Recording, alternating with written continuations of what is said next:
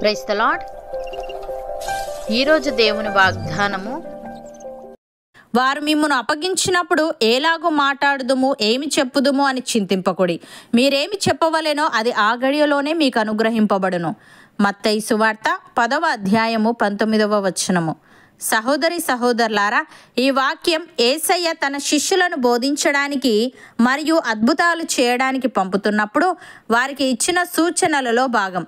యేసయ్య తోడేళ్ల మధ్యకు గొర్రెలను పంపినట్టు పంపుచున్నానని, పాముల వలె వివేకులను పావురముల వలె నిష్కపటులునై ఉండాలని వారు మహాసభలకు అప్పగించి తమ సమాజ మందిరములలో కొరడాలతో కొట్టింతురని, వారు మిమ్మును అప్పగించినప్పుడు ఏలాగూ మాట్లాడుదుము, ఏమి చెప్పుదుము అని చింతింపకుడి అని, మీరేమి చెప్పవలెనో అది ఆ గడియలోనే మీకు అనుగ్రహింపబడును అని తెలియజేస్తున్నాడు.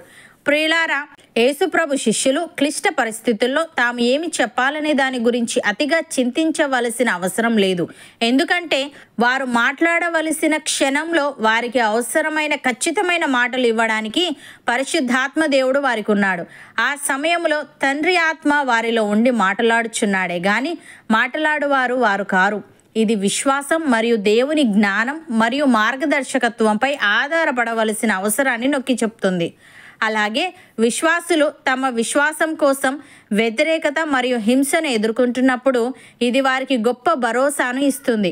భక్తుడు ఈ విధంగా అంటున్నాడు, నా సహోదరులారా, మీ విశ్వాసమునకు కలుగు పరీక్ష ఓర్పును పుట్టించునని ఎరిగి మీరు నానా విధములైన శోధనలలో పడినప్పుడు అది మహానందమని ఎంచుకొనుడి. మీరు సంపూర్ణులను అనూనాంగులను ఏ విషయంలోనైనను కొదవలేని వారునై ఉండునట్లు ఓర్పు తన క్రియను కొనసాగింపనీయుడి.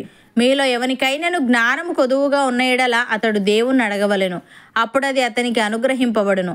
ఆయన ఎవనిని గద్దింపక అందరికిని ధారాళముగా దయచేయువాడు అని. ప్రియులారా, మీ సహనమును సకల జనులకు తెలియబడనీయుడి. ప్రభువు సమీపముగా ఉన్నాడు. దేనిని గూర్చి చింతింపకుడి గాని ప్రతి విషయంలోనూ ప్రార్థన విజ్ఞాపనముల చేత కృతజ్ఞతాపూర్వకముగా మీ విన్నపములు దేవునికి తెలియజేయుడి. అప్పుడు సమస్త జ్ఞానమునకు మించిన దేవుని సమాధానము యేసుక్రీస్తు వలన మీ హృదయములకును మీ తలంపులకును కావలియుండును. అపోస్తలుడైన పౌలు ఈ విధంగా అంటున్నాడు, నేను మొదట సమాధానము చెప్పినప్పుడు ఎవడునూ నా పక్షముగా నిలువలేదు. అందరూ నన్ను విడిచిపోయిరి. ఇది వారికి నేరముగా ఎంచబడకుండునుగాక. అయితే నా ద్వారా సువార్త పూర్ణముగా ప్రకటింపబడు నిమిత్తమును అన్యజనులందరూ దాన్ని విను నిమిత్తమును ప్రభు నా ప్రక్క నిలిచి నన్ను బలపరచెను గనుక నేను సింహము నోట నుండి తప్పింపబడితిని. ప్రభువు ప్రతి దుష్కార్యము నుండి నన్ను తప్పించి తన పరలోక రాజ్యమునకు చేరునట్లు నన్ను రక్షించును.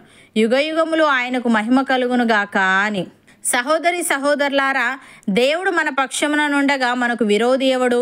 తన సొంత కుమారుణ్ణి అనుగ్రహించుటకు వెనుక తీయక మన అందరి కొరకు ఆయనను అప్పగించినవాడు ఆయనతో పాటు సమస్తమును మనకెందుకు అనుగ్రహింపడు? దేవుని చేత ఏర్పరచబడిన వారి మీద నేరము మోపువాడెవడు? నీతిమంతులుగా తీర్చువాడు దేవుడే.